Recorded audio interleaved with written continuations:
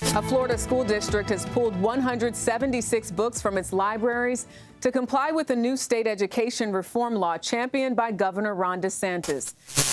Over the past 3 years, we have seen a startling increase in the number of books that have been challenged.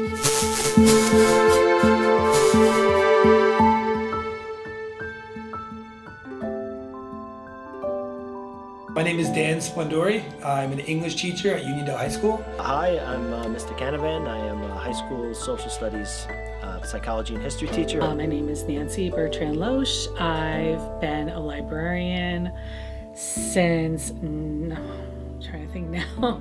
I've been working in libraries since I was 14. And I started working in the public library just as a summer job and never left, basically. My name is Annemie Germans. And my name is Maeve Germans. And we are co-presidents of the Locust Valley High School Book Club.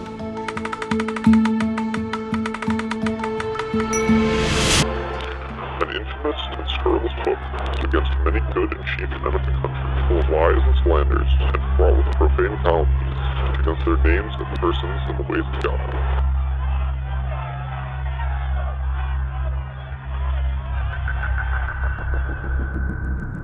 American history has a pretty long history with censorship of media and books in particular. If we go back, notably before the Civil War, books that challenged slavery and the status quo were oftentimes banned. Most notably, Uncle Tom's Cabin in the 1850s, a book that was sympathetic to the slave experience and played a key role in the North of spreading abolitionist ideas. If I fast forward 1870s, 1880s, and the Gilded Age, famously the Comstock laws of the 1880s and 1890s were laws that tried to outlaw material that might be promoting ideas like birth control and that might be challenging existing social norms. And famously in the 1920s, the teaching of evolution was censored across the United States, and this culminated with a big national case over can high schools teach evolution in 1925.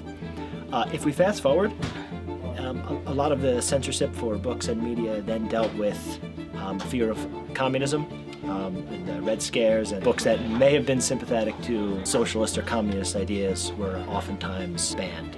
More modernly, this issue has come up again as books that deal with issues of racial identity or sexual identity have been the targets of many groups. The whole idea of libraries, whether it's a public library, whether it's a school library, is access to information, and especially in like a public library, providing access to all ideas, all topics, and not having anyone at the gatekeeper, not someone saying yes or no with regards to what information we provide.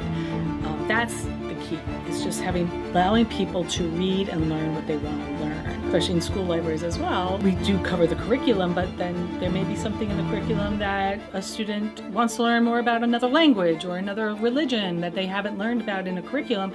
I want to provide access to that student. That's what's at its core, is access. We need to provide access to everybody. When I hear the term censorship, I guess I'm dating myself because I am in my late 30s.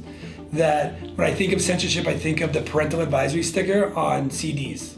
And I guess my generation was the first one that really experienced it.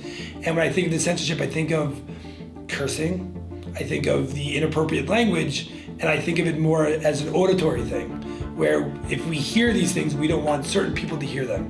But usually our younger students, our elementary school kids, our young teenagers, young adults. And when it comes to censoring books, but you have to read them, you have to open the book to see it. So for censoring them, we're not even giving them the opportunity to know it. Where I feel like when you censor things, you want to avoid hearing it, you want to avoid experiencing it. But if you're censoring a book, then you're not getting that opportunity to, but you're not opening the book to begin with. Does that make any sense? If you're allowed to speak it because it is an amendment in the Constitution, then why can't we read it?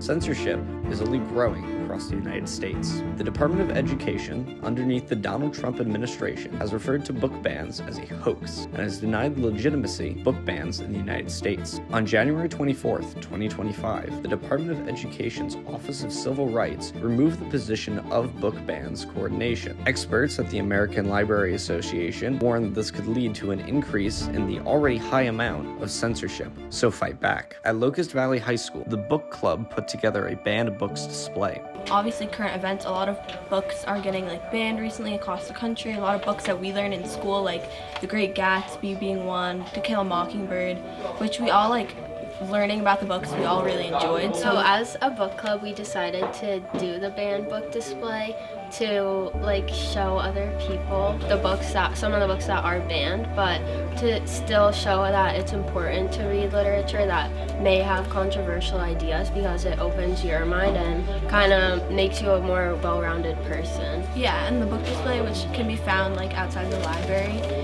there's a bunch of bricks that we painted with book covers, and right next to it is the book of that brick. So they kind of like are right there, and you're free to check out the book and read it.